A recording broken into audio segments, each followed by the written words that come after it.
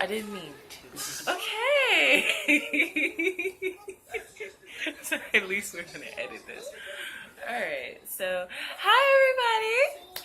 Welcome to the very first video of the Debauchery list. And we here are the Debauchery crew with, today our guest star is Friday. That's real. Friday's right here. I pointed to Friday. No, you pointed to me. But in the video it looked like it was Friday, I thought.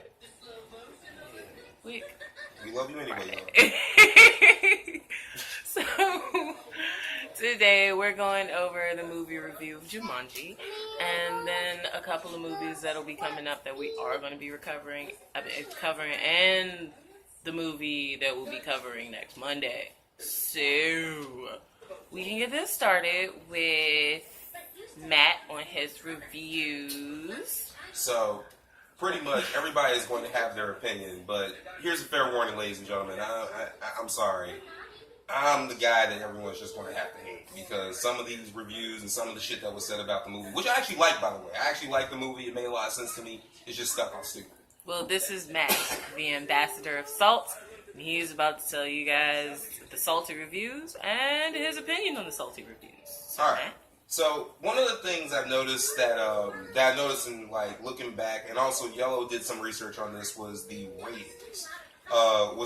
And kind of the orientation, the overtone the movie gave up with the characters that were featured.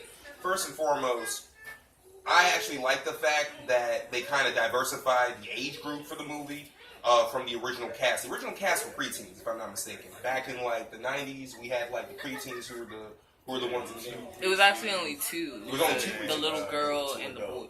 Two adults. All right, cool. So they actually probably did a better job of this back then. But then here's the point I'm trying to make.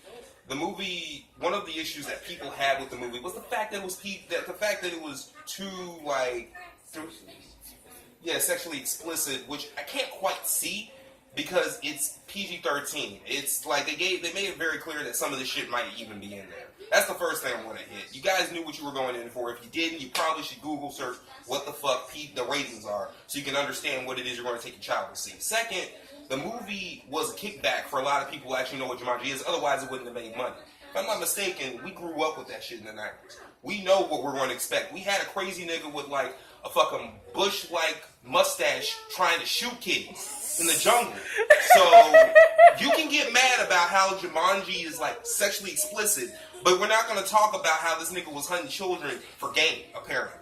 Yeah, and the original movie came out in 1995, and there were some scenes in there that, you know, were questionable for two adolescents to be going through and be, you know, hanging up under two fully grown adults. One of them being almost naked to the bone, traveling around the jungle trying to survive. Naked dude with kids, by the way. That was Robin Williams' character, a.k.a. Alan Parrish. We're not disrespecting him. We actually love him for a lot of the rules we're going to make. That's actually going to go into my next point about the movie. So we're just going to keep that to the side. But the one point I'm trying to make here is, this is a movie that already told you it was going to be PG-13. We know it was probably going to be PG-13 and above if The Rock and fucking Kevin Hart was going to be in this movie. Nothing's going to be general audience. My point is, how did nobody notice in the first movie that I think the two kids were left unchaperoned, right? Unchaperoned! Like, it was PG. And we're showing that these two kids can be left unchaperoned. Mind you, a little boy and a little girl left by themselves in a room and hanging with out with two fully grown adults they don't know. In front of a fireplace. One of them having a loincloth. One of them having a loincloth, running around with a shirt on, you know. But that's not sexually explicit. It's not. We're just next point. The next point I'm trying to make. The next point I'm trying to make, and this one's kind of irked my nerves a little bit when I saw it, which is why I don't really fucking like the fact that we have to talk about this, is how somehow it's disrespectful to Robert Williams. Ladies and gentlemen, we know Robert Williams because we grew up with him. Robin Williams. Like I said, I probably just spoke too fast. We know Robin Williams because we grew up with him. We all love and adore him in some of his best roles, like Mrs. Doubtfire, Genie, when he was Peter, Genie. Like, this man has done a lot for our childhood. the professor from AI. Yeah, the professor from what was it? Flubber? Yes. Yeah. Now, somehow, apparently, this is like disrespectful because of that one kickback they had where his like little encampment in the jungle was left behind, and rightfully so. The man was in the movie. Like, we know where this movie was based off. It was literally based off the movie we grew up with. Okay, it first makes of sense all, to have it there. how was the shack disrespectful when he stayed in the shack in the game? Because apparently, okay, here's the thing. So if it's in the game, you would expect it to still be there, right? Here's the thing that most people don't understand. Robert, if I'm not mistaken, wasn't Robert Williams married or didn't he have family? What, in the movie? No, in real life. Yeah. He had family and everything. All right, cool. So what makes you think they're just going to let you use the rights to his image to actually be able to be at all, like, accredited in the movie image-wise? So technically, in a way, I guess leaving his shack in the movie was the best kind thing of to like do. hey, let's give them some money because Robin's not here. Yeah. First of all, people, you got to realize that Robin Williams passed away before they even started filming this movie. Okay? They said that they were going to put an homage to him in the movie, which was his scene of the shack that Alex finds, and it has Alan Parrish's name saying Alan Parrish was here. Okay? And if you don't remember, Alan Parrish is Robin Williams' character. Okay? So that is their homage. Alright? They own the rights to the character. Right, they own the rights to the character, and he was the only other person trapped in the game. Besides these new characters now, he's the only person. So there's no disrespect there. They're paying homage to him by at least saying he had something to do with this project before. And for real, they stuck with the same lineup that they did the first movie. You know, we see the kid. The kid picks up the Jumanji board. The kid plays the Jumanji board. The kid gets sucked in. Then the kid gets forgotten because he got lost. Then another group of kids finds this game, finds the board, gets sucked into the game, has to beat the game, and then unlock, it gets the person who was trapped in the game out. So just in the reboot, it was a lot different and a lot more action packed on getting the person that was stuck in the game out. That's what was here's what I think that is the issue with the Paris thing. If anybody could find out what was the first character's name. The first character? and The original little Rob. Alan Alan Parrish. Parrish, that's what I was talking about. The little boy. Kirsten Dunst's brother. What was his name? I'm going to tell you why most people probably have an issue. With Robert Williams not having a homage? What are you talking about? What was the original little boy's name? No one gave a shit. There's going to be a relevance. Let me find out. Because I feel like this is where people are getting mad. I gotta get my phone out. No one was I'm not actually. understanding. Nobody said nothing about getting mad about the kids. They were getting mad about the fact that Robert Williams apparently Robin, damn, oh my god. I feel That like Robin Williams didn't it like that Robin Williams was disrespected in this movie. That's what people are getting mad about on top of the reasons. I guess He wasn't. because That's what I'm saying. no, what do they think that? They think that they didn't want to pay homage to the fact that he played a great character in Jumanji. But Like, that's what the shack was. That was the homage. This is that what was his homage because they don't have the rights to his This is what I image. think that I don't like about it. I'm gonna be honest. I'm gonna make that. What were they gonna do? What Final Fantasy did? Damn, not Final Fantasy. The Fast and Furious did. And put like a little piece in the end for him or something. Like Then they could have. Okay, what they were trying to do was take a character. One of the issues I think that is they took a character and slapped a name that was similar to Alan Parrish. No, it was the same character. They literally. was not Alex Alan Plain, Parrish. It's Alex C. Plain. It was Alex. It was Alex? No, wait, no. His real name was Alex. His real name was Yeah. Alex. Yeah. Alex Freak. The person Alex that was Freak. in living in there was Alan. They kind of try to make them similar so they will give you that flashback.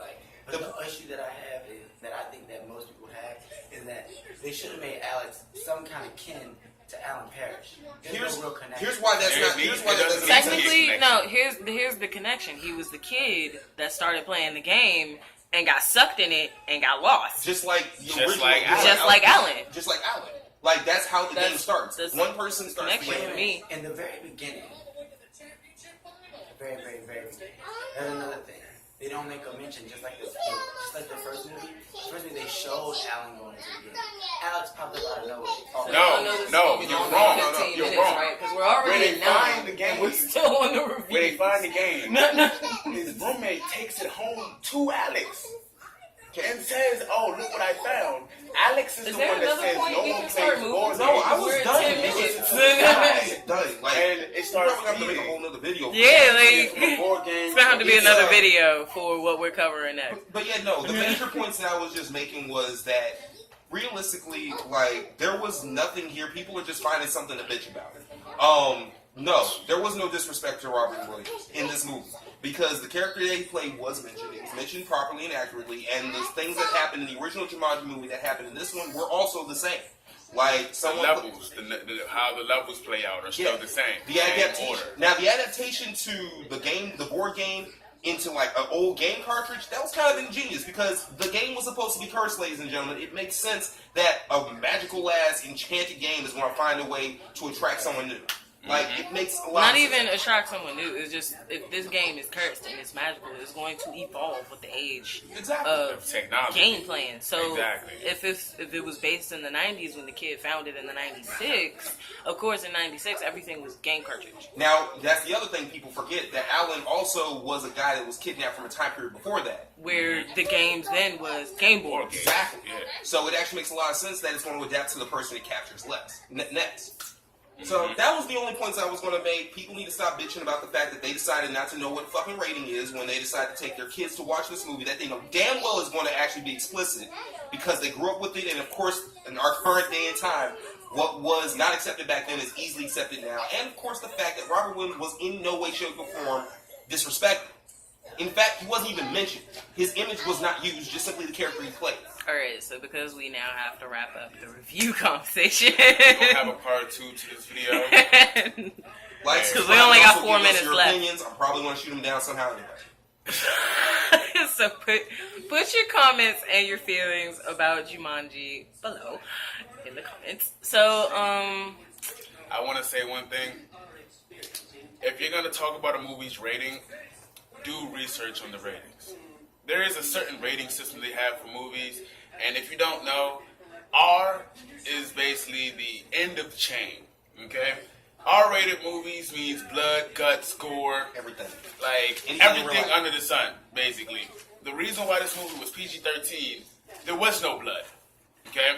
There was no, there was not enough blood. There was no blood. There was no gore. There was there was that got one shot scene and of the there was neck blood snap, but that was it. There's also That was it. Okay, but did you see a lot of blood from that? No, but Did you you saw see like blood blood around her. gushing and dripping down her Like chest? when Bethany got eaten by the hippo in the very first scene, you would have seen There was no blood. some there blood was none of splatter that, or something you know? from that, right? That stuff happens in the jungle. Okay, so You that's get logic. eaten by animals in jungles. Second, yes, there was foul language, but not every scene was riddled with foul language. They didn't drop the F-bomb. They didn't go deep with the foul language, okay? Sexual innuendos are going to be in everything. It's just how often and how many per scene. All that comes together for the rating. I really okay? think y'all just mad from the fact that how much money this movie made because If I'm not worldwide mistaken, 282 million at the box office. that's right now, but worldwide it's more than 540 million. Worldwide, that's I'm how much. not sure, It only but took 90 million to make this video. I mean this believe movie. It And, made close to like 30 to 60 million within that opening week. more than Justice League, and it's And, like, opening the number I week. just dropped was Yeah. what? Like that. Yeah. Come on, it was more than Justice League in its opening week, which is what we're going to be covering next Monday. Yes. Bomb. And also, feel free to drop what you would like us to cover.